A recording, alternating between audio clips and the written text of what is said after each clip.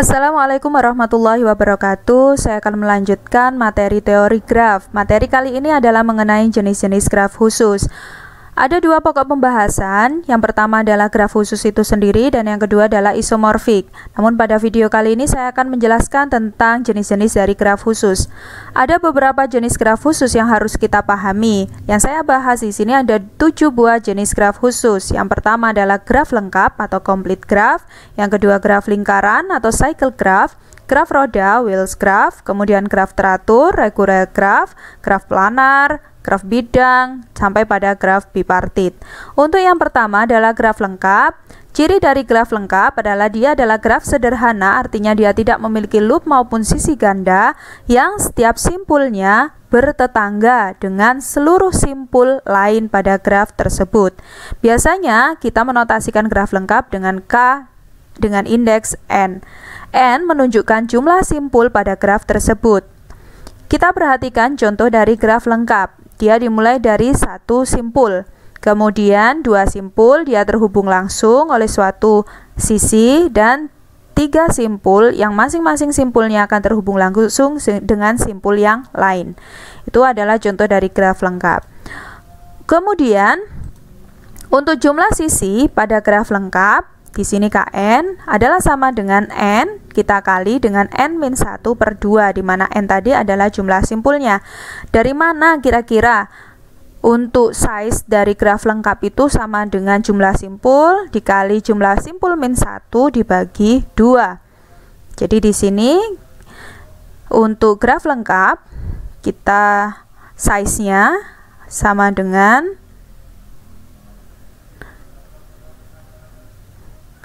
N kali N-1/2. Kira-kira dari mana ini? Coba kita perhatikan. N tadi adalah menunjukkan jumlah simpul. Apabila kita mengidentifikasi untuk graf K2, di sini untuk K2, jumlah simpulnya adalah sama dengan, untuk N-nya sama dengan 2. Kemudian kalau kita ingin tahu berapa jumlah sisinya, di sini sudah jelas ya, sisinya sama dengan 1. Namun apabila kita identifikasi untuk simpul P, dia bersisian dengan sisi PQ. Untuk simpul Q, dia juga bersisian dengan sisi PQ juga.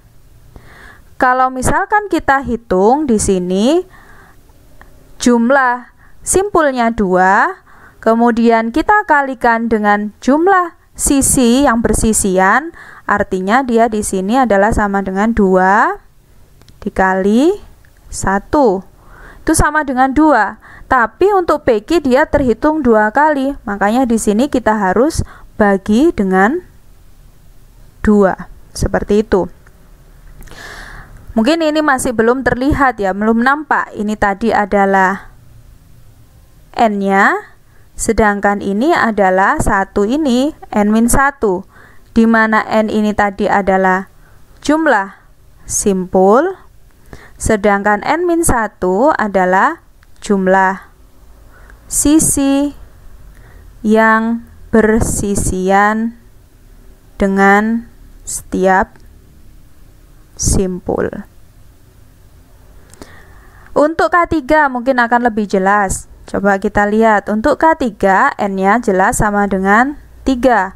Kita identifikasi untuk simpul A dia bersisian dengan sisi AB dan juga sisi AC. Untuk simpul B dia bersisian dengan sisi AB dan juga sisi BC. Untuk simpul C, dia bersisian dengan sisi AC dan juga sisi BC. Nah, di sini kita bisa mengalihkan 3, kita kali dengan 2. Namun, coba perhatikan, AB di sini sama dengan AB di sini, bisa kita hitung hanya sama dengan 1. Kemudian AC di sini sama dengan AC, berarti hanya ada 2. Kemudian BC di sini sama. Jadi masing-masing dia untuk setiap sisinya dia ada kelipatan duanya, sehingga di sini harus dibagi dengan 2, seperti itu. Ingat di sini 3 tadi menunjukkan jumlah simpul, sedangkan 2-nya menunjukkan jumlah sisi yang bersisian dengan setiap simpul. Atau bolehlah kita mengatakan 3 ini jumlah simpul, sedangkan untuk 2 itu adalah derajat dari setiap simpulnya. Karena derajat dari setiap simpulnya sama, cukup diwakili 1 saja. Namun harus kita bagi dengan 2. Sama saja dengan yang untuk K4. Untuk K4, N-nya sama dengan 4. Kemudian untuk yang simpul U, dia bersisian dengan sisi UV, kemudian sisi UW, dan sisi UX. Kemudian untuk simpul V, dia bersisian dengan sisi UV, kemudian VW, dan VX. Kemudian untuk simpul W, dia bersisian dengan UW, kemudian VW, dan WX. Sedangkan untuk simpul X, dia bersisian dengan UX, kemudian VX, dan WX. Coba kita perhatikan di sini UV ada berapa kali? Ada 2 kali. Kemudian UW juga kita temukan 2 kali. Kemudian UX juga kita temukan 2 kali. Kemudian untuk VW juga kita temukan 2 kali. Kemudian di sini VX juga kita temukan 2 kali. Kemudian untuk WX juga kita temukan 2 kali. Itu terjadi kelipatan 2 karena kita menghitung sisinya 2 kali. Oleh karena itulah mengapa harus dibagi 2. Jadi jelas untuk size dari Kn itu sama dengan N dikali N-1 per 2. Sebenarnya N ini sendiri menunjukkan simpul, jumlah simpul dari graf komplit tadi, sedangkan N-1 yaitu menunjukkan jumlah sisi yang bersisian dengan simpul. Nah, itu kemudian kita bagi 2. Baik, itu mengapa size dia sama dengan N kali N-1 per 2. Lalu saya lanjutkan graf lingkaran atau cycle graph. Graf lingkaran merupakan graf sederhana yang setiap simpulnya berderajat 2. Karena harus berderajat 2, maka karena graf sederhana tidak boleh ada loop, maka untuk dimulai dari simpul sama dengan 1 tidak boleh. Karena simpul sama dengan 1 hanya bisa berderajat 2 apabila ada loop. Sedangkan loop tidak diperbolehkan karena graf sederhana. Kemudian kalau dimulai dari simpul jumlahnya sama dengan 2 juga tidak boleh. Dia bisa sama dengan 2 kalau ada sisi ganda, namun karena dia graf sederhana maka tidak boleh. Jadi satu-satunya graf lingkaran itu bisa dimulai dari N-nya atau jumlah simpulnya sama dengan 3. Biasanya karena cycle graph kita menotasikannya dengan Cn, dengan N-nya lebih besar sama dengan 3 adalah jumlah simpul pada graf tersebut. Contohnya di sini inilah graf lingkaran. Contoh yang lain misalkan di sini C4. Kalau C4 berarti tinggal di sini saya gambarkan, ini misalkan, oke, ini adalah C4. Bagaimana kalau saya ingin menggambarkannya dalam bentuk lingkaran? Tidak apa-apa. Jadi misalkan ini, nah ini juga sama, ini juga C4. Jadi setiap simpulnya berderajat 2, 1, 2, 1, 2. Di sini untuk yang ini 1, 2, ini juga 1, 2. Seperti itu. Itu adalah terkait dengan graf lingkaran. Berikutnya graf roda. Graf roda merupakan graf yang diperoleh dengan cara menambahkan satu simpul pada graf lingkaran dan menghubungkan simpul baru tersebut dengan semua simpul pada graf lingkaran. Namun di sini notasi dari graf roda WN dengan n-nya lebih besar sama dengan 3. Namun di sini untuk n-nya itu menunjukkan jumlah simpul yang ada pada tepi. Jadi saya berikan contohnya, ini adalah W3, asalnya tadi dia J3, saya tambahkan satu simpul di tengah yang saya hubungkan ke setiap simpul tepi. Kenapa ini dinamai W3, kenapa tidak W4? Karena di sini N-nya di sini menunjukkan adalah jumlah simpul yang ada di tepi. Seperti itu. Itu adalah graf roda. Lalu graf teratur. Apa itu graf teratur? Graf teratur merupakan graf yang setiap simpulnya mempunyai derajat yang sama. Jika derajat setiap simpul pada graf teratur adalah R, maka graf tersebut kita namakan graf teratur berderajat R. Jumlah sisi graf teratur sama dengan N simpul adalah N kali R per 2. Nah, ini cara melihatnya, kenapa N kali R per 2? Sama halnya, coba kita lihat. Untuk K2 ini merupakan graf teratur. Kenapa? Karena di sini setiap simpulnya berderajat 1. Untuk K3 juga graf teratur. Kenapa? Karena setiap simpulnya berderajat 2. Nah, kalau kita analisa di sini tadi, N itu kan jumlah simpul, sedangkan N-1 adalah jumlah sisi yang bersisian dengan setiap simpul. Jadi R juga kan derajat. Nah, itu sama. Saya tadi juga mengatakan N-1 juga bisa berarti derajat dari simpulnya. Karena di sini dia tadi derajat simpulnya sudah kita notasikan dengan R, makanya N kali R per 2. Seperti itu. Oke, saya rasa ini bisa diikuti dengan melihat dari graf komplit ya.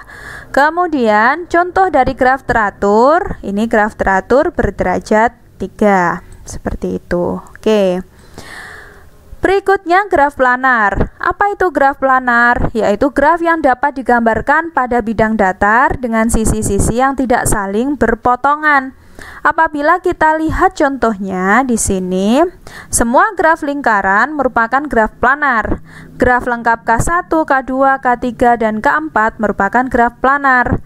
Graf lengkap yang lebih besar dari 5, lebih besar sama dengan 5 untuk simpulnya bukan merupakan graf planar. Coba kita perhatikan.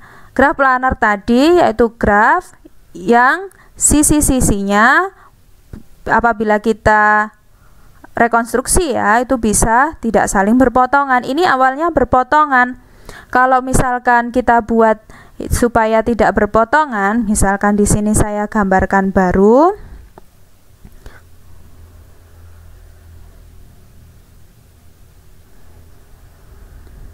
Misal saya gambarkan baru di situ. Di sini misalkan U, kemudian ini V, kemudian ini W, dan ini X. Saya bisa menjadikan graf keempat itu tidak saling berpotongan sisi-sisinya. Jadi untuk sisi yang menghubungkan UV tetap sama, misalkan yaitu U menghubungkan U dengan V, V dengan W tetap, kemudian X dengan W tetap, U dengan X tetap. Untuk U dengan W misalkan saya menggambarkannya tidak lagi seperti ini, tapi dia di luar. Nah, untuk X dengan V tetap. Nah, di sini dia bisa ternyata tidak saling berpotongan. Oleh karena itu K4 ini saya bisa mengatakan K4 adalah graf planar. Lalu graf bidang. Graf bidang adalah graf planar yang digambarkan dengan sisi-sisi yang sudah tidak saling berpotongan ya. Jadi kalau K4 dalam wujud seperti ini, saya bisa mengatakan dia graf planar, sedangkan graf bidangnya adalah yang ini. Ini adalah graf bidang. Jadi graf bidang itu apabila graf planar sudah kita gambarkan dengan sisi-sisi yang sudah tidak saling berpotongan. Jadi saya bisa mengatakan ini adalah graf planar, Ini adalah wujud dari graf bidang. Oke, seperti itu. Berikutnya, nah ini graf bidang dari K4. Lalu kita masuk ke pembahasan graf bipartit. Kalau kita lihat, graf bipartit adalah sudah bagian terakhir. Apa itu graf bipartit? Oke, graf bipartit adalah sebuah graf sederhana G dikatakan sebagai graf bipartit jika himpunan simpul pada graf tersebut dapat dipisahkan menjadi dua himpunan tak kosong yang saling asing. Misalkan V1 dan V2, sedemikian hingga setiap sisi pada G menghubungkan sebuah simpul pada V1 dan sebuah simpul pada V2. Artinya, dalam satu himpunan V1 itu sendiri tidak boleh ada yang saling terhubung langsung. Begitu pula dalam satu himpunan V2, simpul-simpulnya tidak boleh ada yang saling terhubung langsung. Jadi pada graf bipartit tidak ada sisi yang menghubungkan dua simpul langsung ya dalam satu himpunan V1 maupun dalam satu himpunan V2. Notasi dari graf bipartit adalah G, V1, V2. Oke, kita lihat sebagai contoh di sini. Saya punya graf, dia yang terdiri dari 5 simpul. Ada D, A, C, B, dan E. Kemudian sisinya ada 4, yaitu sisi DA, sisi AC, sisi CB, dan sisi BE. Graf di atas dapat kita representasikan menjadi graf bipartit, di mana di sini kita cari dua buah himpunan yang saling asing. Jadi tidak ada yang beririsan simpul-simpulnya antara simpul di V1 dan V2. Lalu syarat yang lain, dalam satu himpunan tidak boleh ada simpul-simpul yang saling terhubung secara langsung. Misal di sini saya ambil A, maka yang tidak terhubung langsung oleh A adalah B. Jadi bisa kita jadikan satu. Kemudian di sini saya D. Artinya yang tidak terhubung langsung dengan D adalah C dan juga E. Sehingga kalau kita rekonstruksi ulang untuk graf ini, dia akan menjadi seperti ini. Yaitu AB, di mana setiap simpul dari A dan B ini terhubung oleh V2 ini CDE, sedangkan masing-masing simpul dalam satu himpunan dia tidak ada yang terhubung secara langsung. Itulah graf bipartit. Oke, sampai di sini pembahasan kita mengenai jenis-jenis graf khusus. Pada video berikutnya saya akan melanjutkan tentang isomorfik.